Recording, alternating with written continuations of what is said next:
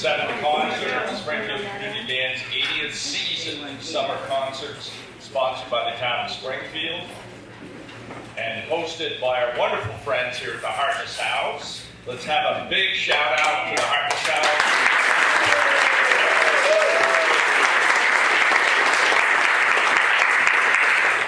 Back with us this week, I think. So long? Oh, you're fiddling with it. He's fiddling with it. I'm good? I don't hear anything. Maybe I have to stop loud enough.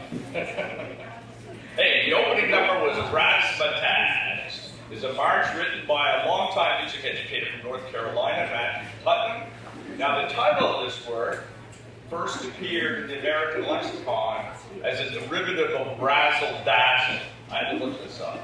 It appeared in 1917. Some of its earliest uses refer to ragtime or early jazz styles with the meaning of vim or zing.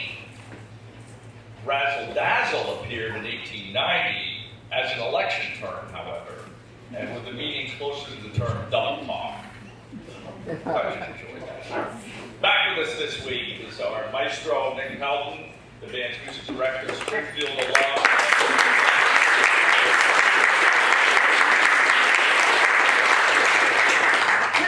You probably guessed the theme is jazz.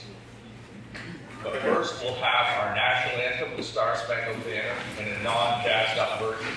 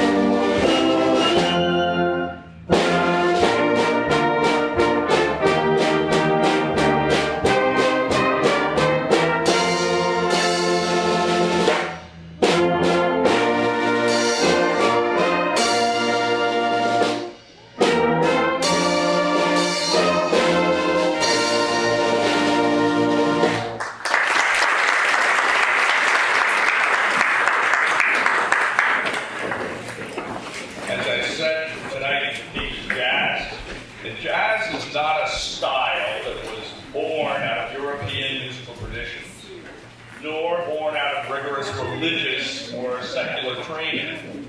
Jazz is a style created out of kidnapped and enslaved peoples' experiences and born solely on America's fertile soil in bondage and Christian worship by those same human beings in the form of the blues and spirituals, African American spirituals, and celebrated primarily joyous, infectious dance known as swing.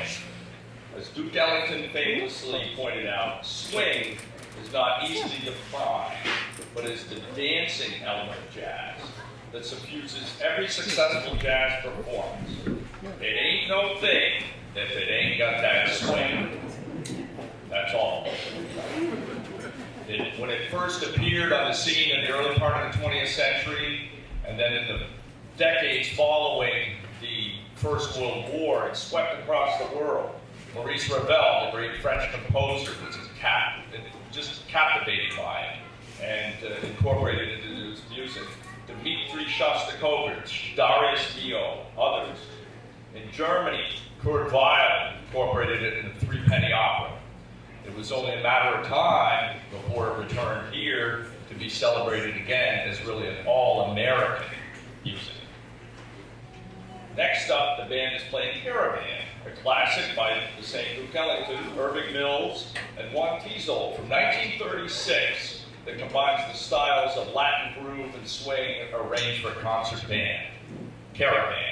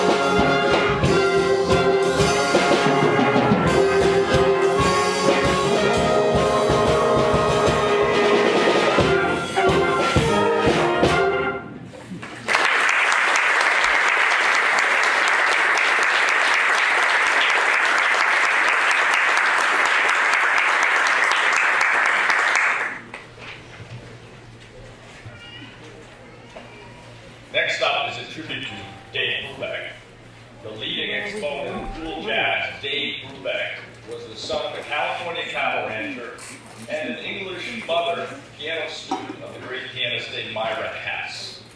And young David's first teacher.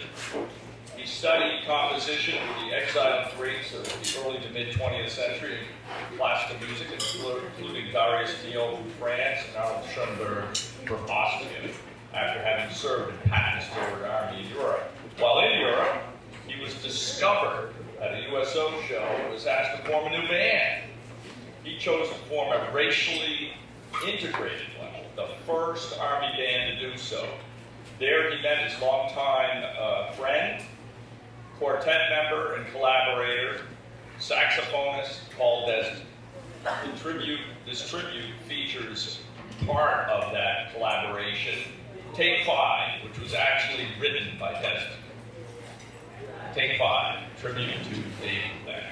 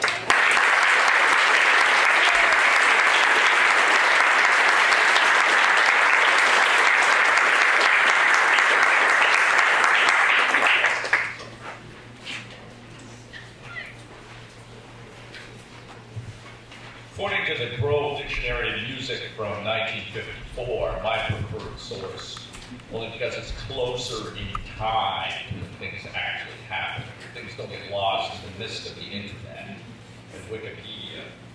The jazz split into black and white big bands in the 30s.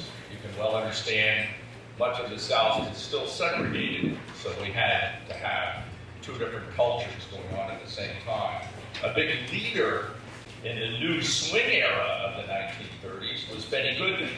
And up next is a medley of Benny Goodman, the King of Swing. Now, Benny Goodman was a classically trained klezmer and jazz clarinet virtuoso extraordinaire.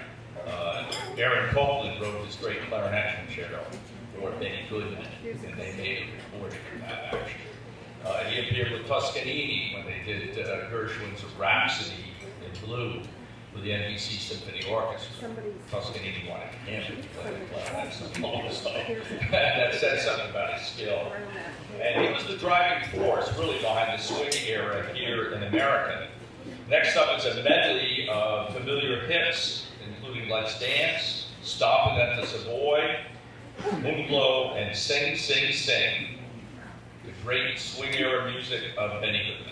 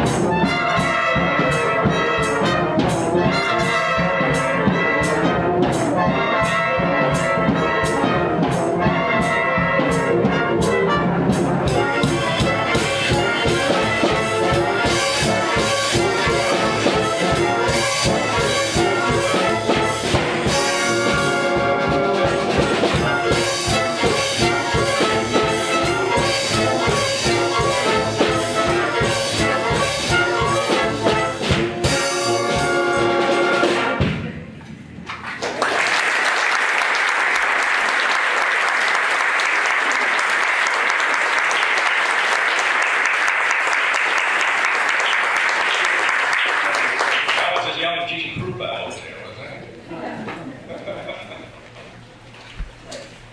That was music of Benny Goodman.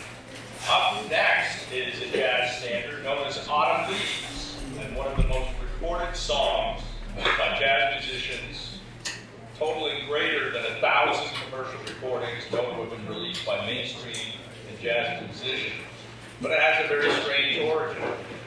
Now, I always tell this story by starting off about Japanese post-war retirees. About in the 1980s, the great post-war generation of Japan that worked hard to make itself a very powerful economy again, suddenly had an outflux of retirees. Their wives were not happy. A lot of Japanese women were not happy. They created a term in Japanese which translates as wet, dead leaves for their husbands. And you can just imagine, they had to peel them off their pant leg or off their apron, every once in a while. And the original song, written by an interesting native of Hungary, with a French lyrics provided by a Frenchman, of course, was called Les Feuilles Mortes, the Dead Leaves. That was the original song. Well, Johnny Mercer got a hold of it. It was made famous really by Yves Montand, the great French singer and star of the movies, right up until the 1990s. And he recorded, and his is still the most successful recording. He recorded it in 1949, which sold 1 million copies within 5 years, which was unheard of at the time. Johnny Mercer, a partner in Capitol Records, decided he wanted to make it an English-speaking song, so he wrote new lyrics for it, and it became Autumn Leaves, first published by Capitol in 1950. Autumn Leaves.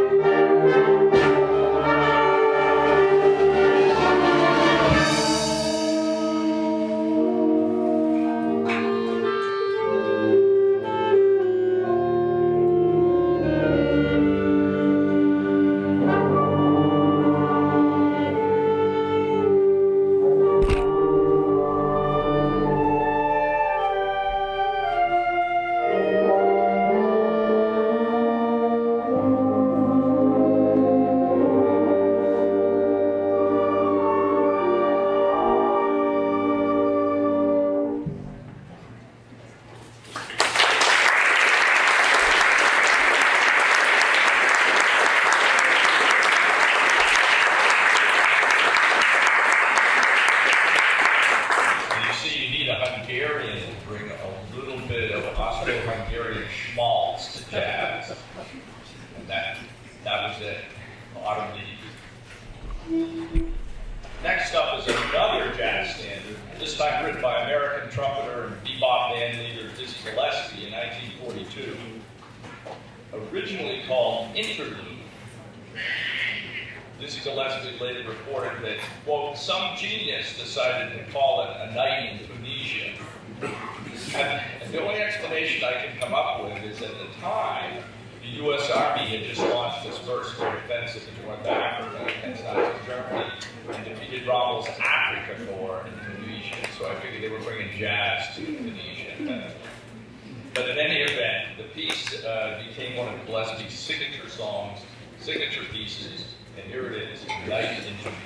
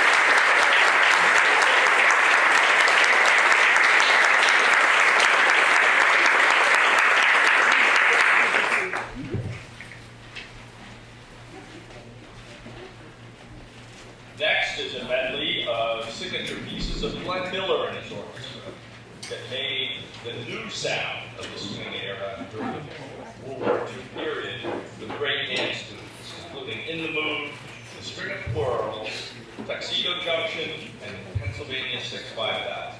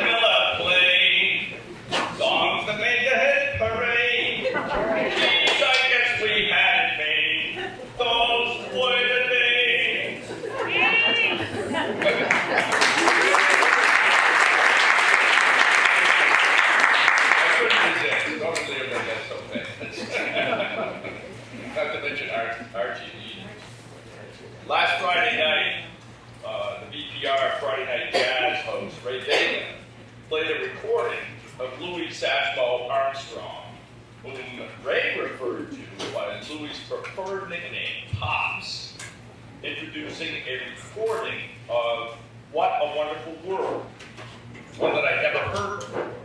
In his own words, Pops laid out his inspiration and message for the song, one of hope for the earth itself and for all people on it. It was really quite amazing. Look it up on Vermont Public Replay. Hopefully they'll have it the next few days. It is astounding. I was shocked. But first, listen to this medley of some of his most famous hit songs, What a Wonderful Life, of course, When the Saints Come Marching In, St. Louis Blues, and Hello, Dolly. Music of Satchmo.